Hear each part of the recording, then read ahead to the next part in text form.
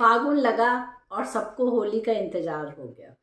फागुन मास की पूर्णिमा को होली का आरंभ होता है, होली मनाई जाती है। और आप सभी जानते हैं कि अभी कुछ समय पहले बहुत से लोगों की शादी हुई होगी, कुछ नवविवाहित दंपतियों की ये पहली होली होगी, तो उन सभी को होली की हार्दिक शुभकामनाएं। होली की कुछ बातें ऐसी हैं जो कुछ लोगों को तो पता होती हैं, कुछ को नहीं पता होती हैं। एक लीक पे हम लोग चलते चले जाते हैं, लकीर के फकीर बने हुए हैं। काफी समय से सुना है, बचपन से सुना है, आप लोगों ने भी सुना होगा कि पहली होली मायके में ही की जाती है। लेकिन क्यों? इसके पीछे कारण क्या है? क्यों ऐसा कहा जाता है कि ससुराल में किसी भी बहू की पहली होली नहीं होनी चाहिए? उसके पीछे एक छोटी सी कथा है। जब हिरण्यकश्यप ने अपने पुत्र प्रहलाद को अपनी बहन की गोद में देके चिता पे बैठाया था, क्योंकि वो जो दुशाला था वो हवा या अग्नि से खराब नहीं होता, अग्नि से जलता नहीं था। तो बुआ पहन के बैठी थी कि चलो वो बच जाएंगी और प्रहलाद जल जाएगा, क्योंकि वो भगवान का भक्त था। उसी दिन, होली वाले दिन, फागुन मास की पूर्णिमा के दिन होलिका की शादी इलोजी से होनी थी। शाम को जब उनकी बारात आई और होलिका की सास ने अपनी बहू को चिता में जलते देखा, तो उनको इतना सदमा लगा कि उनका वहीं पे देहांत हो गया, उनके प्राणों का अंत हो गया। तो उस दिन से ये माना गया कि होली में जलती हुई होली का त्योहार होता है, तो कोई भी सास बहू एक जगह पे नहीं रहनी चाहिए। तब से ये प्रथा चली है कि पहली होली पे लड़की को मायके भेज दिया जाता है। अब रही बात ये कि इससे संबंधित एक चीज और है कि नज़र कैसे उतारी जाए। बहुत से लोग होली में नज़र उतारते हैं। उसका सिंपल सा एक प्रोसीजर है कि काले रंग की एक धागे की रील ले लीजिए, या मोटा धागा जिसे गंडा भी कहते हैं वो ले लिया, बच्चों को खड़ा किया और पैर के अंगूठे से सर तक 7 बार उसको नापते हैं, फिर उसको गोला करते हैं और होलिका दहन जहाँ हो रहा होता है उस अग्नि में उसको प्रज्वलित कर देते हैं।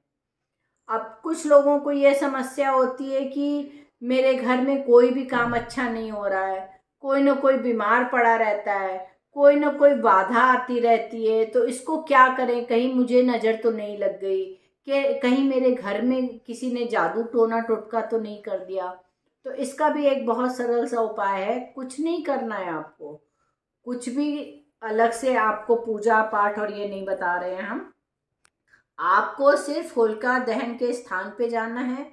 जो होलिका दहन हो चुकी है वहां से थोड़ी सी आपको भभूत या राख लेनी है, उसको घर लाके काले रंग के कपड़े में पोटली की तरह बांध के अपने घर के मुख्य द्वार के दाहिनी तरफ उसको टांग दीजिए और थोड़ी सी भभूत अपने घर के सभी लोगों को टीके की तरह लगा दीजिए। सबकी नज़र उतर जाएगी, घर की भी नज़र उतर जाएगी, कोई भी बाधा परेशानी जादू टोना कुछ भी आपके घर में नहीं होगा। ये भी हो गया दूसरा उपाय। अब एक उपाय छोटा सा आपको और बताएंगे। कुछ लोग कितनी भी मेहनत करते हैं, हालांकि कहा गया है कि लक्ष्मी चलायमान है, लेकिन फिर भी उनको कोई फायदा नहीं होता है। उनके घर में कुछ न कुछ आर्थिक परेशानी बनी रहती है।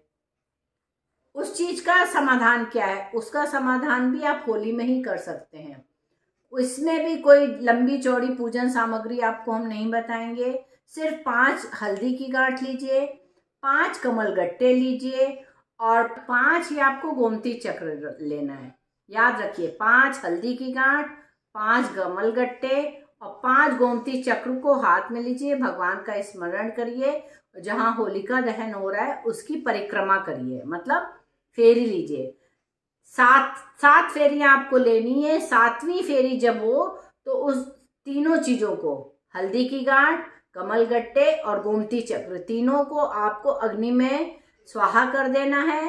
हाथ जोड़ के भगवान विष्णु और लक्ष्मी जी का ध्यान करके कहना है कि हे भगवान, हमारे ऊपर जो आर्थिक ये परेशानियां हैं, जो मेरे घर में धन का आगमन नहीं हो रहा है, जो व्यवधान है उसको दूर करें, हमारे परिवार पर अपनी कृपा बनाएं। तो इस तरह से छोटे छोटे उपाय करके आप अपनी बड़ी बड़ी परेशानियों को दरकिनार कर सकते हैं।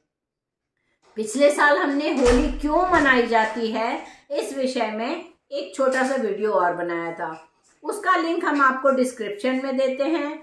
और इसी तरह की और नई नई जानकारी के लिए आप हमारे चैनल को सब्सक्राइब कर दीजिए, बेल आइकन को बजा दीजिए और हमसे मिलते रहिए।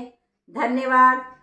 जय श्री राम। राधे राधे।